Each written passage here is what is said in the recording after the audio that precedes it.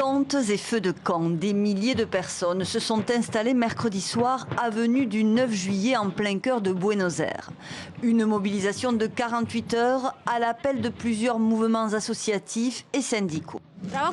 Il n'y a pas de travail en Argentine. C'est impossible de travailler. Tous les gens qui sont ici veulent travailler.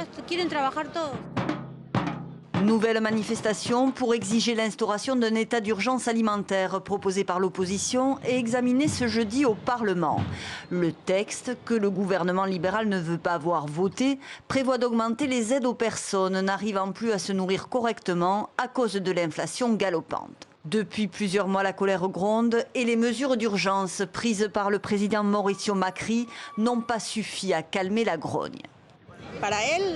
Pour le président Macri, les gens les plus importants, ce sont les riches. Son gouvernement oublie les classes moyennes et les pauvres. Un peu plus tôt dans la journée, des milliers de personnes défilaient dans la capitale argentine.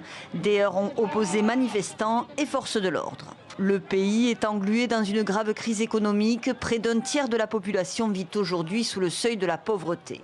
L'an passé, la monnaie argentine a perdu la moitié de sa valeur. Le gouvernement Macri a appelé à la rescousse le Fonds monétaire international et emprunté plus de 57 milliards de dollars en échange d'une cure d'austérité budgétaire. Mauricio Macri, qui a récemment subi un cuisant revers électoral aux primaires, voit ses chances de réélection en octobre prochain de plus en plus compromises.